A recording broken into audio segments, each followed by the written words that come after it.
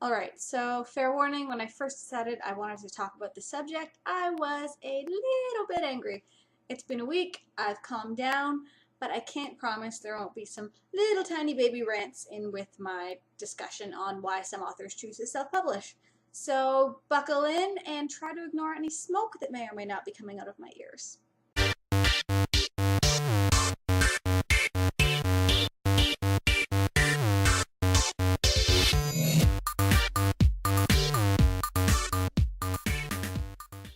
Before I get into today's topic, I do want to quickly cover what exactly self-publishing is in case any of you don't already know. We did cover this topic a little further in depth in our Sunday special live chat video, The Trifecta of Publishing, where we talked about traditional, indie, and self-publishing. I'll link to that down below and try to keep my explanation short for today because I'm sure this video is already going to be pretty long.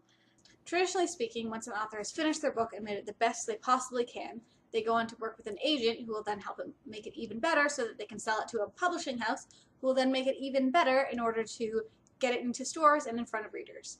In self-publishing, you take a lot of that away. It's up to the author to control every step of the way, from editing it multiple times, making sure the story is the best it can be, formatting it so it looks just like a traditionally published professional title, and of course getting a fantastic cover that'll grab readers' attention. All of that is on the author. Not to say that authors will actually do all of those things themselves, as not all of us have all of those skills. I know I definitely don't, but we're responsible for finding the people, the best people to work with in order to make our books amazing. Hopefully. Yeah, hopefully. Where things start to get messy is when authors don't have the funds or the skills needed in order to get their book up to that publishing quality standard. The long and short of it is that those books just aren't ready for publication, and yet they end up on websites like Amazon and Barnes & Noble anyway, being purchased by readers who are then disappointed with what it is they've spent their money on. So self-publishing started to get a bad reputation in where people were saying that the only reason self-published authors decided to go that route was because they weren't good enough in order to get a traditional publishing deal, which is definitely not the case. Which brings us to today's topic. There's this author, her name is Brenna Aubrey, and I've been following her story for the past couple of weeks, and I just wanted to take some time to share it with you guys. Brenna self-published her first book at any price near the end of last year, and it's pretty safe to say she's had some significant ups and downs in her first month of publishing. You see, originally Brenna was actually going to traditionally publish at any price. She got an agent and went through all the right steps in order to get publishers interested in her book. And it worked. She actually had multiple publishers fighting to be the one that got to put her book out into the world. It even went so far as Brenna was offered a 3-book deal valued at over, I think, $100,000, something huge. And then she decided not to sign the contract and walked away. She decided to self-publish her book, and that's when the internet exploded. I first heard about Brenna on a writing forum that I go on pretty much every day, where a bunch of authors were coming to her defense and supporting her decision, but by then it was apparently already old news. Brenna had been upfront right from the get-go, posting about the decision she made on her blog, which is when people started taking sides, which is where the big question mark and exclamation marks come in here, because why is this a story that has sides at all? Brenna made a decision that was right for her, and some people got really, really offended by it, which is where I'm a little baffled and a little offended on her behalf. Internet bullies came out in full force for this one. People were calling Brenna an idiot and a liar and saying this was the biggest mistake she'd ever made. It was going to ruin her publishing career. There was a thread on Absolute Right that was taken down because everyone involved couldn't be civil.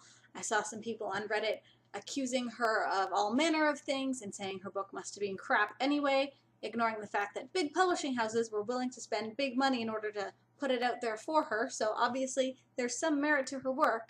But where things get really weird is how angry people got. They were so insulted and outraged that this one author was willing to set aside the sure thing of $120,000 and put her book out there by herself.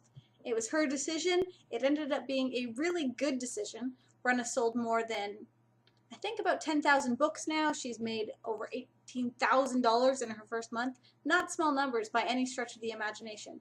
Brenna is doing well, which is obviously a good ending to this particular story, but what it's about is why people got so upset. I don't know, I'm a little confused, a little angry, and as a self-published author myself, a little insulted about the insinuations about self-publishing that come with all of this. Okay, I'm good. When I first started recording today's video, the plan had been to talk about a list of reasons why some authors choose to self-publish, with just a brief detour into the Brenna Aubrey story. Obviously, that took a little longer than planned, and now I think I'm going to save today's topic for the next time I'm on the circulation desk, which should be in a few weeks. For now, I will link to a couple of Brenna's posts explaining why she chose to self-publish and her results from her first month, which I think are really, really interesting reads, and you should totally check them out. Okay, I'm going to stop talking because I'm pretty sure this is already my longest word nerd video ever. Really, the main thing I hope you take away from all this is whatever route you decide to go to try to publish your first book or your second book or your 10th book, it's okay. And if you know someone who's decided to go a different route, that's okay too. There's no right or wrong answer, and really, there's just different things that are going to work for different people. Bringing other people down really isn't going to help your book get published any faster, so there's no point. Just relax. Not that I really think any of you guys would ever have done any of this stuff, but it's worth throwing it out there anyway.